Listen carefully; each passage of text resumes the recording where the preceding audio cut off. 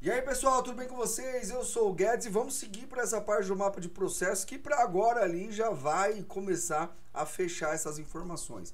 Lembrando que para ter o mapa completinho, lançar indicadores, documentos, vincular áreas e toda aquela estrutura para você ter certinho objetivos e metas, riscos, oportunidades, melhorias, enfim, tudo aquilo lá. Aqui a gente vai finalizar só a parte do mapa de processo. Então, ó, já vim aqui no guia de implantação para ficar mais fácil para vocês. Coloquei ali no mapa de processo e já apareceu aqui, ó, infraestrutura, planejamento de pessoas, ambiente de trabalho e conhecimento organizacional. Posso clicar em qualquer um aqui porque ele vai para o mesmo lugar, tá vendo? Que é a parte de recursos. Ó. Então eu clico aqui e entrei. Tá vendo aqui?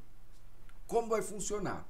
Aqui ó, você já tem algumas etiquetas de elaboração, análise, aprovação, aprovado e obsoletado. E aqui você tem alguns filtros de separação entre infraestrutura, então ele vai filtrar tudo que eu lancei de infraestrutura para as áreas e processos que eu já estou mapeando, parte de pessoas a mesma coisa, ambiente de trabalho a mesma coisa e também conhecimento organizacional, ele já faz o filtro.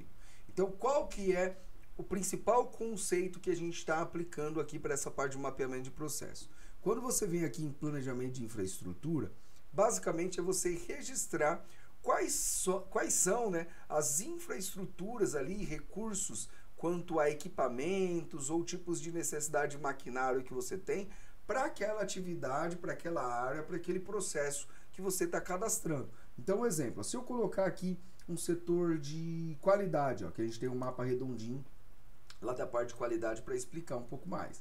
Então, quais são alguns dos recursos? Logicamente, você pode colocar várias informações, ser muito mais técnico, muito mais descritivo, mas aqui para servir de exemplo a gente colocou alguns. Então, a gente tem ali um computador, um sistema operacional X, celular corporativo, telefone fixo, poderia colocar impressora e todo um ranking de infraestrutura e necessidades que tenha, mas para explicar ali a gente coloca. E aqui do lado você vai ter ali um requisito mínimo. Então, quando a gente coloca computador, qual seria o requisito mínimo desse computador? Existe uma configuração específica que ele precisa ter? Existe algum equipamento específico que esse computador precisa ter? Aqui, no caso, colocou computador, acesso à internet. Então, a gente está pensando que, com acesso à internet, ele vai entrar no sistema, é um computador mais simples, não tem problema.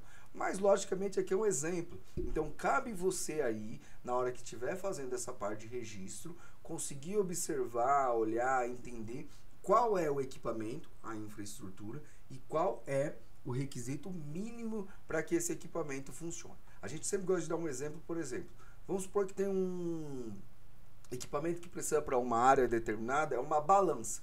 Então você pode colocar lá, balança, ponto. É o tipo de recurso, balança. Mas qual que é o requisito mínimo? Essa balança ela precisa ser X, Y, Z. Essa balança precisa ser da marca tal, ela tem que ter ali um ranking ali de peso, de identificação de peso de X a Y. Então ela vai pesar ali miligrama, não, ela vai pesar tonelada. Então de quanto a quanto ela consegue atender para peso e tudo mais. Então ali são requisitos mínimos daquele equipamento que você vai definir. Então aí logicamente cabe você avaliar em todo o contexto interno que você tem para poder descrever e colocar essas informações aí certinho.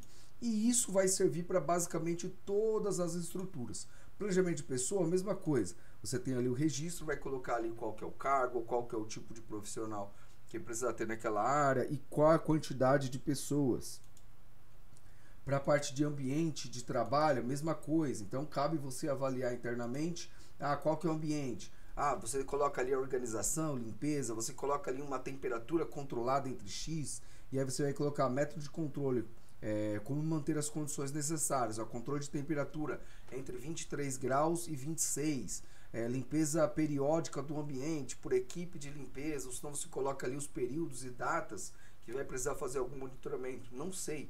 Então cabe você colocar ali um monitoramento da atividade, do processo, quanto à parte do ambiente de trabalho. Mesma coisa para a parte de conhecimento organizacional. Então, se a gente colocar aqui alguma informação, pessoas e controles de equipamentos, a gente colocou ali o procedimento de gestão de equipamentos, fontes internas ou fontes externas. Então, existe algum conhecimento específico que aquele processo, que aquela atividade, que aquele departamento precisa ter ali, seja de origem interna ou seja de origem externa, para ele poder, seja uma integração, seja um treinamento que ele tem que fazer ali, para poder entender como que vai funcionar, seja algo relacionado à segurança, de fato eu não sei. Então, mais uma vez, cabe você avaliar aí esse contexto interno aí da empresa que você trabalha para poder colocar esse preenchimento.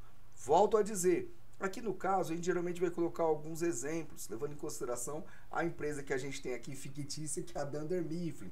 Então, não teria como a gente ser muito específico, que essa empresa nem existe. Mas cabe você avaliar aí, e aqui nessa parte da implantação, sempre a gente coloca aí para você pensar direitinho, colocar a informação ali, o máximo que puder agregar para a identificação, entendimento daquela atividade ou processo que você está registrando, tá ok? Então por hoje é só, fique na paz e até mais. Então vai cadastrar cada um desses daí e vai estar tudo certinho para você. Lembrando de colocar ali as aprovações e tudo que precisa, beleza? Então valeu, fui e por hoje é só. Tchau!